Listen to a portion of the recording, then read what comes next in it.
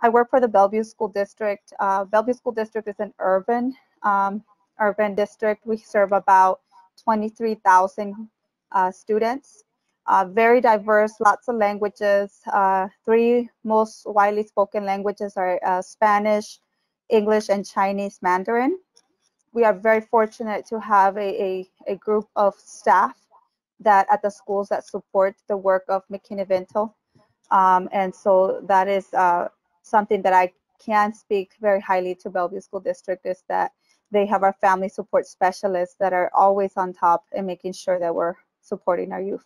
And I love every moment of it. I cannot complain the work that I do. It's very fulfilling.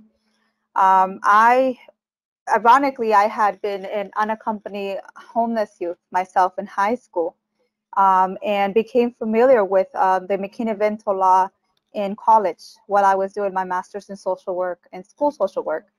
And myself personally, I experienced some homelessness as a single parent with a child when I moved to the area, Seattle, because it's a very busy, very expensive area, but also a place where there's a lot of great opportunities.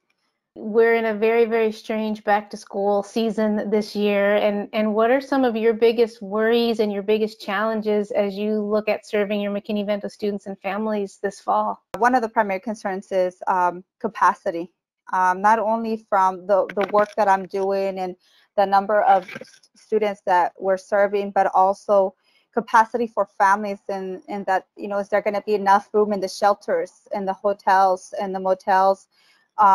Particular in Washington State, we anticipate there's going to be about a 29% eviction rate.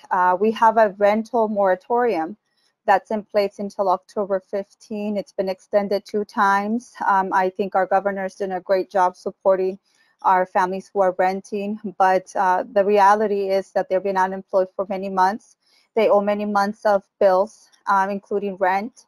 And so, you know, my mind kind of goes to there. Will we have the capacity to find them housing if this was to, you know, come October and we have this influx of families that are being evicted? The second concern that I have is student individual needs, and how do we meet those while doing online remote learning. And so things that schools regularly normally provide, such as access to food, transportation, access to basic needs, clothing, shoes, even medical attention with our nurses, how do we get that to them? And then one thing that we have seen is a very big need for even how to access technology. We are very fortunate that we provide all of our kids a laptop, and we prioritize our McKinney-Vento students to get a mobile hotspot so they have internet at home. Great. But some of our families have never touched a computer ever. They're learning to use a phone. They don't know how to open up an email, and so this is all very new for them. So what are you doing? I know that you are trying a lot of new creative strategies and a lot of outreach. What are you doing that you feel is working or is promising as a strategy to address some of these challenges? So we have put in place emergency child care centers. We expect to have 4 in the fall for youth and families who need child care while their parents can go to work. There's also staff there that can help with the technology, the computer, getting online, doing some of the work. We have given priority for these 4 child care sites that we're going to have to our first responders, McKinney-Vento and foster youth, because we want to make sure that they have that opportunity at no cost to them. We either try to get them connected through child care resources, Washington, DSHS, or if scholarships. We actually received a very generous grant from the city, or the Best Start for Kids grant, actually, that covers the majority of these kids' tuition for childcare, and that includes, it's been phenomenal. We also set up 3 family connection sites where families can go in and get access to technology support, as well as basic needs, food, clothing, toiletries, even laundry detergent. We have a food bank donate food to us, and we can give that to the families.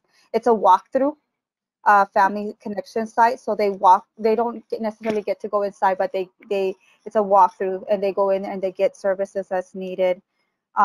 We also are in the midst of partnering with Virginia Mason, one of the hospitals here, in a local clinic, to provide immunization clinics and to our youth in the fall, and then getting them connected to primary care, like so they can get a vision and dental work done. Most of these clinics are public health clinics that have all of those services in one place, and they have a specialist that can get them signed up for insurance. So whatever insurance they're eligible for. One more thing that we actually did this year, this was new, this was very creative from the Department of Equity. We created one of these little handouts that we send out to a targeted group of families in the district. These families could have either been on free and reduced lunch, or have been on early learning, like ELL programs, early learning programs, McKinney-Vento, foster care. And it's basically just all of the information of all of the food services, because we have multiple food services on site throughout the city. And so we deliver them with our bus drivers. They deliver the food. And so we wanted them to know you can pick up food at this time, these locations. We also have the family connection sites open. And then we created hotlines, which I thought was really creative. So we created hotlines for families to call to get support for counseling, mental health, nursing, essential needs, tech support. And then we're also encouraging them to sign up for like a text messaging campaign, because we also have noticed families don't always have an email. But in regards to the housing and the need and the capacity, we're just partnering with our local nonprofits to try to come up with a creative solution. We've applied for a small grant, which we received, to help pay for the cost of hotel vouchers. Great. Yeah. That's great. That's really great. I hope you don't mind, but some of the comments you made me think of another question, because you talked about the most common languages in your district and reaching out to the ELL population. And so I'm wondering, for you in your role as the liaison, are there any special or different things that you do to make sure you're reaching those families or youth who might not speak English as their first language, or who might be recent immigrants, or might even be afraid maybe to talk to the school about what's going on with them? We find that our family connection sites, because they receive a lot of one-on-one support, they establish very strong relationships. There are times where I communicate to a family through them, because they have that established relationship. We also have in our district a language service line, where we can use over 100 languages, and they over the phone we can get a translator that can help us with translation, interpretation. And I'm a really big advocate of having access to information, and the very first step is for that information to be available to you at your native language. And so the hotlines that I mentioned were, there was always someone that could answer in those three primary languages: English, Spanish, and Chinese Mandarin. So we try to utilize the staff that we had on site that are either district translators, or that they wanted to volunteer because they had that language ability to communicate information to families. But it definitely was a learning curve, and it's helped us improve our communication to our families. I myself have used Google Translator. It's not the best thing to use, but I have been able to communicate with families, like, for example, speak Farsi and Arabic, right?